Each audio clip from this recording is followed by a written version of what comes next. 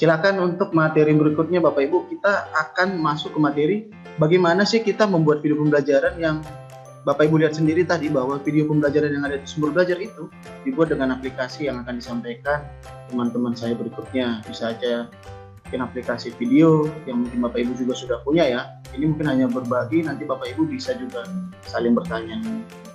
Untuk berikutnya saya persilakan waktu dan tempat untuk Ibu Rusmi menyampaikan materi terkait pengembangan video pembelajaran menggunakan aplikasi. Waktu dan tempat dipersilakan. Terima kasih. Ya, terima kasih kepada Pak File. Assalamualaikum warahmatullahi wabarakatuh. Bapak Ibu, sahabat semuanya, semoga dalam keadaan sehat ya. Perkenankan saya Rusmiati, salah satu sahabat rumah belajar dari DKI Jakarta. Mohon izin pagi ini ingin berbagi, kita saling belajar bersama terkait dengan bagaimana cara kita untuk membuat video pembelajaran yang mudah seperti itu. Mohon izin share screen ya Bapak Ibu. Sudah terlihat Bapak Ibu? Teman-teman apakah sudah kelihatan? Sudah Bu. Sudah ya? Oke, baik. Sudah Bu. Coba klik PowerPoint ya. Sudah Bu. Sudah ya. Ya, sebenarnya apa sih video pembelajaran itu gitu ya? Untuk saat ini bisa jadi semua Bapak Ibu guru di sini sudah tahu apa sih video pembelajaran. Jadi video pembelajaran itu adalah suatu media yang dirancang secara sistematis yang berpedoman pada kurikulum yang berlaku. Jadi apalagi kita sebagai guru, kita kan pastinya akan membuat suatu video pembelajaran yang memang harus mengacu pada kurikulum gitu. Jadi nggak bisa asal-asalan gitu ya. Kemudian kita mengaplikasikan prinsip pembelajaran sehingga program tersebut memungkinkan peserta didik bisa mencermati materi pelajaran secara lebih mudah dan lebih menarik. Seperti itu. Nah, karakteristik media video itu diantaranya menampilkan gambar dengan gerak, kemudian suara secara bersamaan. Jadi lebih menarik daripada hanya sekedar secara tulisan seperti itu. Lalu mampu juga menampilkan benda-benda yang sangat tidak mungkin ke dalam kelas karena terlalu besar ya, seperti misalnya gunung atau misalnya kuman gitu ya, terlalu abstrak ya seperti bencana dan rumit kalau misalnya kita ingin menampilkan proses produksi gitu atau terlalu jauh gitu. Nah itu dengan video itu akan bisa lebih memudahkan kita untuk menyampaikan materi. Selain itu juga video ini akan mampu mempersingkat proses. Jadi, misalnya yang tadi disampaikan itu dengan video kita akan lebih mudah penyampaiannya. Kemudian juga bisa memungkinkan adanya rekayasa. Nah, setelah itu tahapan-tahapan pengembangan video pembelajaran itu ada 3. Yang pertama itu kita praproduksi, kemudian kita produksi, lalu ada pasca produksinya. Nah, untuk tahap praproduksi itu kita pertama adalah menentukan ide dulu, explore dulu gagasannya. Kemudian ini idealnya ya Bapak Ibu, kita harus menyusun apa yang namanya garis besar isi media. Jadi apa sih yang mau disampaikan, kita susun di sini gitu. Lalu jabaran materinya. Lalu kemudian kita buat naskah dan kita kaji naskahnya. Nah, hasil akhir dari tahap praproduksi ini itu adalah naskah yang telah yang kita buat dan kita udah oke gitu ya. Sehingga naskah tersebut layak untuk diproduksi. Seperti itu. Nah, kemudian tahap yang kedua adalah tahap produksi. Di sini naskah yang sudah dibuat dirembuk dulu gitu kan. Kemudian menentukan timnya siapa saja, ada casting mungkin jika dibutuhkan ya untuk pemainnya. Jadi artis atau aktornya lah seperti itu. Kemudian mungkin mencari lokasi syutingnya di mana, kemudian juga ada kru meetingnya gitu. Jadi ada timnya seperti itu ya, dan pengambilan gambarnya juga. Nah, hasil akhirnya itu adalah kita akan mendapatkan sekumpulan klip video dan suara dari lapangan gitu ya, yang sudah siap untuk diserahkan kepada editor untuk dipilih nanti mana sih yang sesuai dengan naskah, mana yang sudah sesuai dengan tujuan kita gitu ya. Misalnya kita membuat video pembelajaran, mana yang memang sudah oke gitu. Selanjutnya tahap yang ketiga adalah tahap pasca produksi.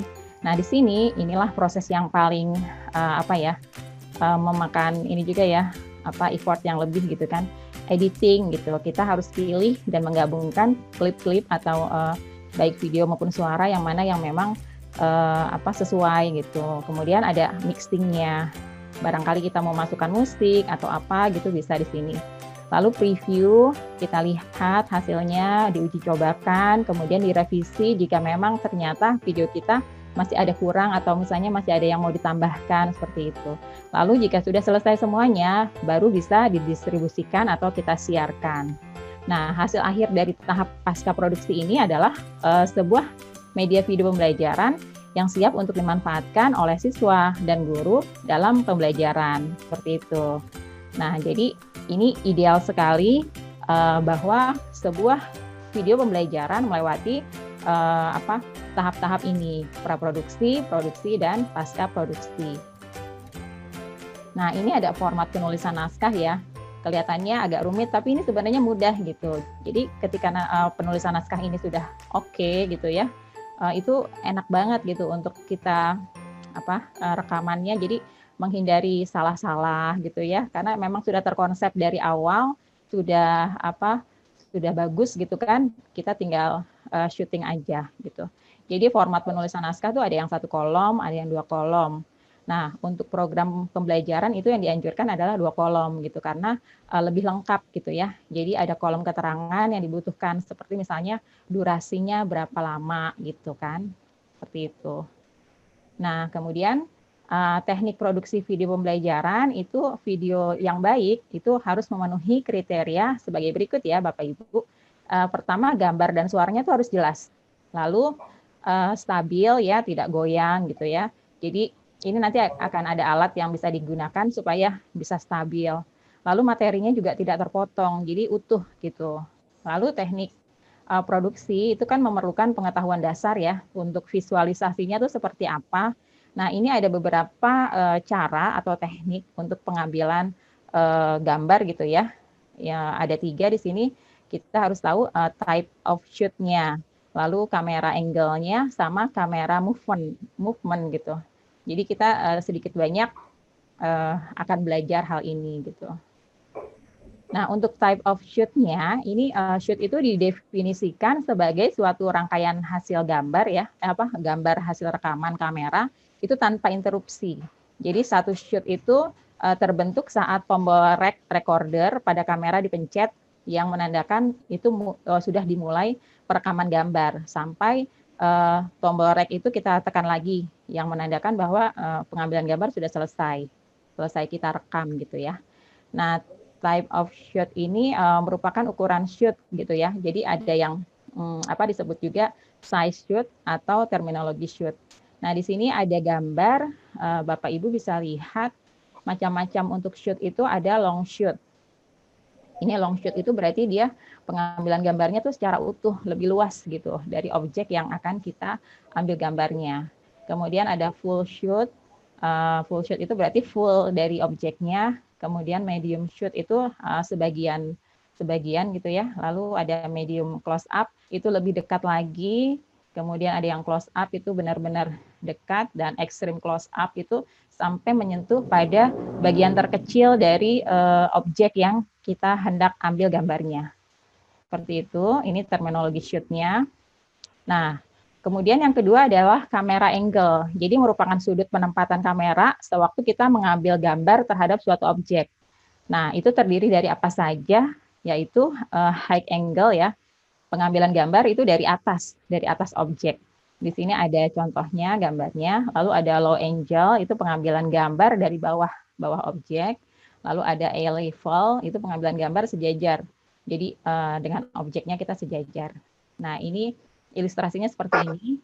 Jadi kalau low angle itu memang dari atas. High angles itu dari atas.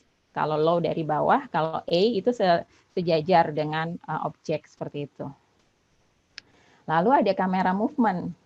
Nah, ini kayak profesional banget ya Bapak Ibu, tapi nggak apa-apa nih, kita harus paham gitu ya. Untuk kamera movement, apalagi untuk media pembelajaran, itu supaya enak gitu ya. Nah, ini kan merupakan teknik menggerakkan kamera, meliputi kondisi kamera secara fisik. Jadi dia berpindahnya itu smooth gitu, enak gitu kan.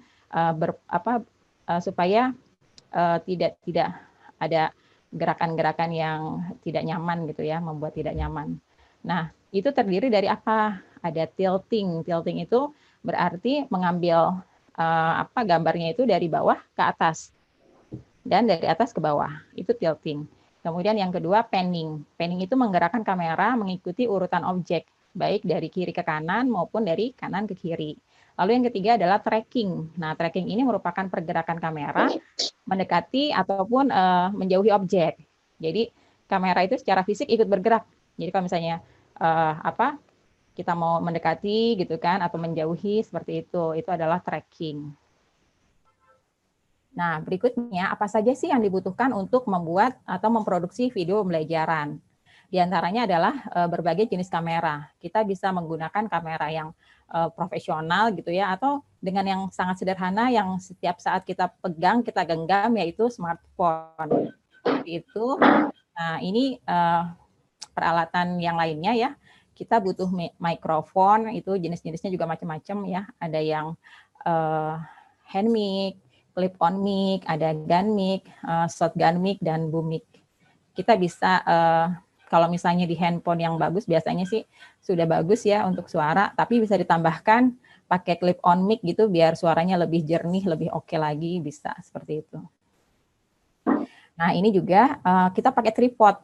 Tripod itu yang tadi saya sebutkan supaya membantu agar gambarnya tidak goyang gitu ya.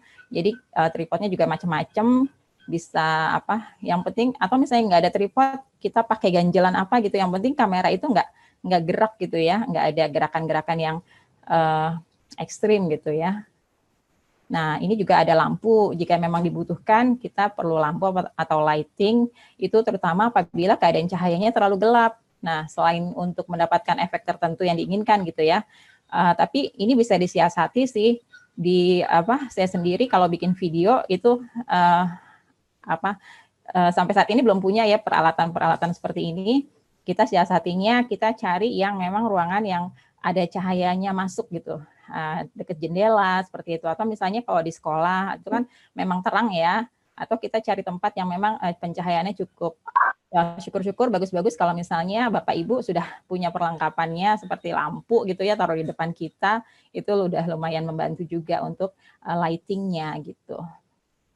Nah, ini tips syuting menggunakan smartphone. Kita kan ya belum punya kamera gitu kan, atau kita hanya bisa pakai smartphone, itu juga udah cukup ya, udah bisa banget bikin video pembelajaran. Nah, tipsnya adalah kita jaga smartphone kita tetap stabil, yaitu diantaranya kalau nggak pakai tripod, kita bisa kasih pijakan atau apa ya, diganjel belakangnya itu supaya stabil. Lalu ambil gambar dengan posisinya landscape. Jadi landscape gitu ya Bapak Ibu. Kemudian rekam videonya sedekat mungkin dengan objek dan hindari menggunakan lampu flash atau fitur zoom yang dimiliki smartphone karena memang nanti akan berbayang seperti itu. Lalu jangan sampai mikrofonnya tertutup, nanti suaranya nggak masuk. Lalu juga bisa gunakan fitur HDR ya, High Dynamic Range. Nah, itu tips syuting sedikit. Nah, selain itu juga kita harus atur nih, baik settingan aplikasi kameranya gitu ya, kemudian pastikan daya baterai cukup. Jangan sampai kita lagi enak-enak syuting gambar gitu ya, tahu-tahu baterainya udah nggak cukup gitu kan, jadi kepotong gitu, nggak kurang ini aja. Kemudian harus ulang kan berarti. Nah, terus pastikan memori juga cukup, install aplikasi pendukungnya. Misalnya kita saat ini mau pakai KineMaster, berarti kita harus install aplikasinya. Kemudian kalau boleh dan bisa kita berinvestasi pada aksesoris. Seperti tadi misalnya butuh tripod, mic, lensa atau lighting, jika dirasa memang dibutuhkan, itu bisa kita disisihkan gitu sebagian rezeki kita untuk membeli itu. Kemudian dan manfaatkan lingkungan sekitar seperti itu. Wah, ini ada lagi tipsnya banyak ternyata. Tadi pastikan cahaya cukup ya, hindari area yang terlalu terang juga, lalu pergerakan smartphone-nya perlahan, tidak terlalu cepat. Kemudian waktu idealnya juga itu kalau bisa misalnya kita lagi di luar ruangan, itu antara pukul 6 sampai pukul 9. Atau kalau sore itu pukul 3 sampai pukul setengah 6. Itu adalah golden hour. Jadi pencahayaannya tuh nggak terlalu ngejreng gitu ya, cahayanya cukup gitu. Kemudian hindari merekam dengan kamera menghadap sumber cahaya karena nanti akan backlight gitu. Nah, aplikasi apa aja sih yang bisa digunakan untuk editing video pembelajaran? Banyak sekali ya Bapak Ibu. Halo, suara saya masih terdengar ya? Masih Bu, masih. Masih ya, saya lanjut ya. Silakan. Ya baik, terima kasih. Untuk aplikasi editingnya itu Bapak Ibu bisa dilakukan pakai komputer ataupun smartphone gitu ya. Nah untuk bisa mengedit itu apa namanya, walaupun pakai komputer atau smartphone, kita perlu menginstal tadi aplikasi editingnya. Nah aplikasi editing sekarang itu banyak banget, beragam sekali gitu ya. Ada yang macam-macam lah pokoknya. Nah di sini kita akan belajar dengan menggunakan KineMaster karena ini aplikasi ini sangat mudah banget digunakan, apalagi untuk guru ya. Guru itu kan kita banyak banget tugasnya, kayaknya untuk bikin video pembelajaran itu, aduh kebayang kayak tadi kan rumit banget ya. Cuma kita buat mudah gitu insya Allah di sini. Seperti itu. Nah itu adalah gambaran bahwa proses untuk menghasilkan video itu seperti itu. Nah, kemudian ini saya mau sedikit sharing juga tentang KineMaster-nya gitu. Jadi bagaimana cara membuat video pembelajaran yang mudah dengan KineMaster. Masih semangat Bapak Ibu ya? Semangat ya, Bu. Oke, siap. Kenapa kita harus bikin video gitu ya, apalagi dengan kondisi pandemi saat ini menuntut kita para guru untuk menjadi berpikir kreatif gitu ya, bagaimana cara untuk kita bisa menyampaikan materi pembelajaran secara efektif dan efisien kepada peserta didik. Jadi materi yang memang seharusnya disampaikan itu bisa benar-benar diserap gitu oleh mereka gitu kan. Nah, caranya gimana? Ya caranya membuat video pembelajaran. Tapi ribet gitu. Ya kan Bapak Ibu pasti mikir gitu, aduh ribet nih bikin video-video segala gitu ya. Tenang, kan ada KineMaster ya.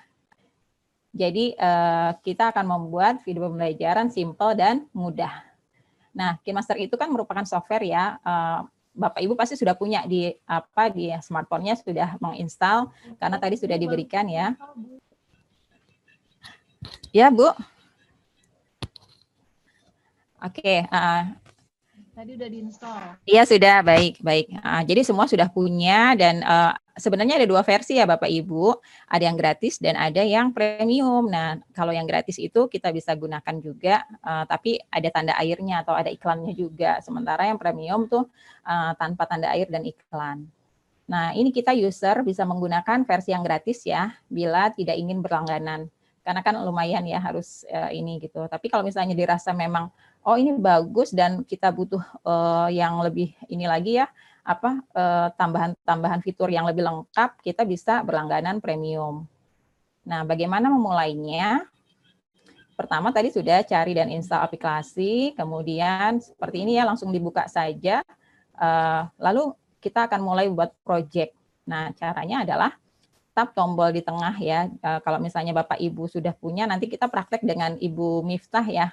Jadi saya cuma sekilas untuk ininya aja, teorinya gitu ya. Buat project dan pilih aspek rasio gitu. Nah, kita nanti setelah mulai itu, kita akan diminta untuk memilih aspek rasio. Di sini ada beberapa pilihan. 16 banding 9 itu horizontal, biasanya untuk video seperti ini. Kemudian untuk yang 9:16 itu biasanya dia vertikal, dan yang 1:1 itu adalah square gitu ya. Itu biasanya buat Instagram gitu. Jadi kita gunakan yang 16:9 seperti itu. Jadi landscape. Nah, di sini dengan kita memulai tab yang tombol plus di tengah merah itu. Kemudian di sini ada halaman-halamannya, KineMaster ada apa saja, nanti bisa di explore sama Bapak Ibu, itu di klik-klik aja, pokoknya dicoba semuanya itu ini untuk apa, nanti kita akan bisa mahir dengan sendirinya, yang penting banyak berlatih, seperti itu ya. Di sini ada bagaimana bagian-bagiannya, ada kamera fotonya, folder medianya gitu. Nah, kemudian kita pilih media yang ingin diedit, apa saja sih, kalau bisa bahan-bahan yang udah kita rekaman-rekaman atau apapun itu kita kumpulkan di satu folder supaya kita mudah untuk ngambil kita ambil nih mau video mana aja nih yang mau kita edit atau gabungkan, termasuk gambar dan lagu misalnya. Seperti itu supaya mudah ya. Nah, ini kita nanti akan diminta untuk memilih video mana yang akan ditampilkan dengan media browser. Nah, ini ada latar, bisa dipilih juga. Lalu kalau kita ingin menambahkan berupa efek teks, kemudian transisi dan sebagainya, kita bisa klik layernya. Jadi layer itu yang ini ya. Nah, ini dia, kita lapisan ya Bapak Ibu. Jadi ketika kita klik lapisannya, itu akan muncul tuh media, efek, stiker, teks, tulisan tangan, dan lain sebagainya. Itu nanti akan muncul lagi menu-menunya. Nah, ini untuk tulisan jenis-jenis hurufnya bisa dipilih yang sesuai dengan keinginan kita. Nah, kemudian, nanti nih hasil tulisannya seperti ini ya, ada berbagai macam bentuk font gitu ya. Nah, kemudian selain itu kita mau menambahkan audio atau misalnya foto atau video dadakan itu juga bisa. Misalnya kita lupa nih belum merekam bagian ini, kita bisa langsung on the spot aja. Itu ada bagian yang merah di tengah ini. Oh enggak, ini buat audionya jika ingin menambahkan. Kemudian yang ini, nah ini untuk musik atau apapun, nah itu bisa kita pilih juga. Nah, lalu kita juga bisa menambahkan transisi, fitur trim, move, dan juga split gitu ya. Jadi kalau misalnya kita videonya kepanjangan atau misalnya mau dipindahkan atau gimana, kita bisa pakai fitur ini. Nah, seperti ini. Nah, di sini ada transisi, kemudian di sini ada yang buat trim ya, jika misalnya kepanjangan bisa dipotong. Nah, lalu terakhir ekspor dan share. Jadi jika sudah selesai melakukan pengeditan sesuai dengan yang kita inginkan, kita saatnya finishing up, yaitu dengan mengekspor dan membagi video tersebut ke platform seperti misalnya YouTube atau WhatsApp, Facebook, dan sebagainya. Jadi kita pilih simbol ekspor pada pojok kanan atas. Nah, di sini. Nanti kalau misalnya udah jadi semuanya, kita tinggal klik aja. Kemudian kita pilih kualitas videonya di sini. Nah, jika kita pilih, kemudian ekspor. Nah, kemudian proses mengekspornya kita tunggu beberapa saat gitu ya. Nanti akan kemudian langsung ada bagikan. Nah, kita bisa bagikan nih langsung mau ke Facebook, YouTube ataupun ke medsos yang lainnya. Ke sini semuanya. Dan itu sudah jadi ya. Jadi video yang sudah diproduksi itu sudah bisa dinikmati oleh peserta didik yang memang itu merupakan sarana kita untuk menyampaikan pembelajaran apalagi di kondisi saat ini. Seperti itu. Terima kasih dari saya, mungkin panjang lebar, mohon maaf sedikit banyak mudah-mudahan bisa menambah hasanah gitu ya, sama-sama kita belajar di sini. Terima kasih Pak File, saya kembalikan kepada Pak File. Wassalamualaikum warahmatullahi wabarakatuh. Waalaikumsalam warahmatullahi wabarakatuh. Ya, terima kasih Bu Rusmi, jelas sekali ya, sangat lengkap sebagai pengantar ya sebelum kita memproduksi sebuah video ya. Itu sudah jelas sekali pengantarnya mulai dari praproduksi, pasca produksi, sekaligus juga dalam pengambilan video ya, dalam take video bagaimana yang benar, bagaimana hal-hal yang harus dihindari. Tadi sudah sangat cukup jelas. Nah, Bapak Ibu, supaya kita lebih jelas lagi, kita akan langsung coba praktek langsung ya. Sebagai penutup mungkin saya akan serahkan sedikit closing statement dari Ibu Astuti. Boleh ya Bu ya? Silakan Ibu. Bu Astuti mungkin penutup ya Bu, biar lengkap sepertinya. Baik, terima kasih Bang Philip.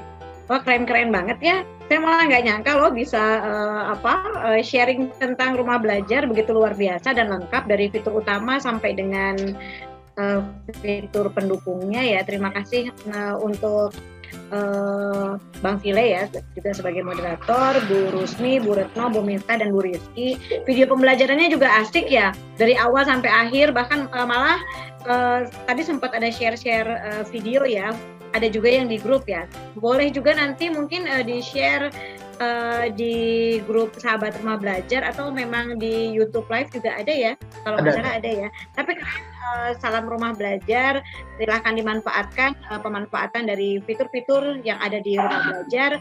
Dan untuk video pembelajaran, jika sahabat semua berkenan, dapat juga di dimasukkan ke sumber belajar di fitur sumber belajar di rumah belajar, nanti akan diverifikasi dan divalidasi oleh tim.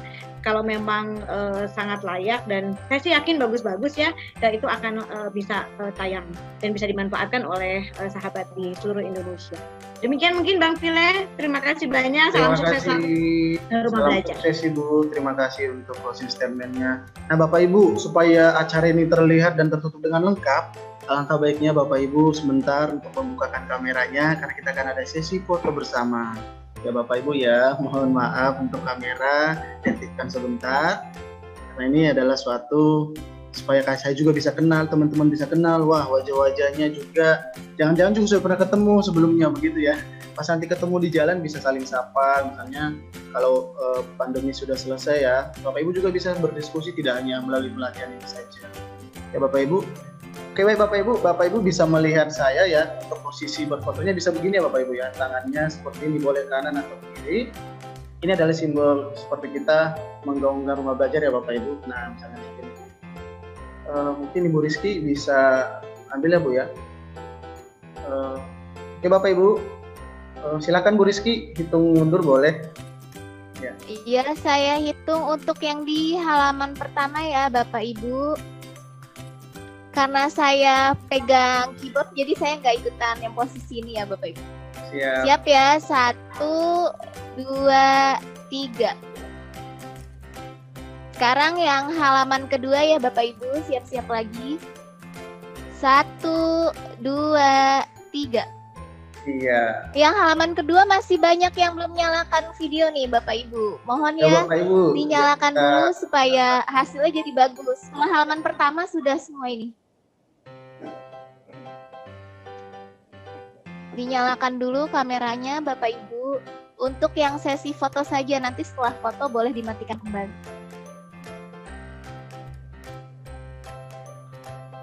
Sudah Bapak Ibu? Oke. Siap ya? 1, 2, 3. Sekarang yang halaman pertama lagi. Siap semuanya? 1. Oh, masih ada yang belum. 1, 2, 3. Udah?